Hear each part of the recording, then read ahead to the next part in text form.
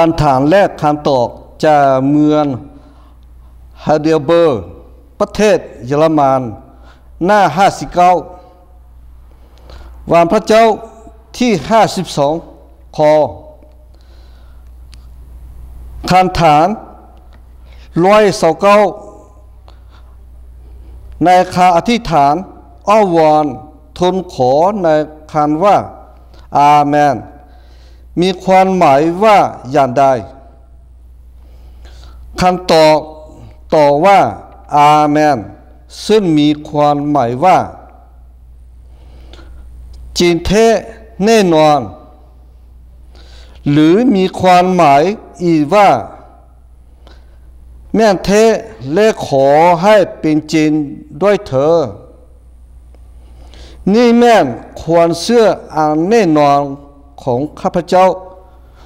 เมื่ออธิษฐานอ้อนวอนต่อพระเจ้าดังนี้ข้าพเจ้าต้องมาตัดสินใจว่าจะอธิษฐานอ้อนวอนต่อพระเจ้าอย่างใดเอสายาบท65ข้อ24 2 โครินธ์บท1ข้อ20 2 ติโมเทบท2ข้อ13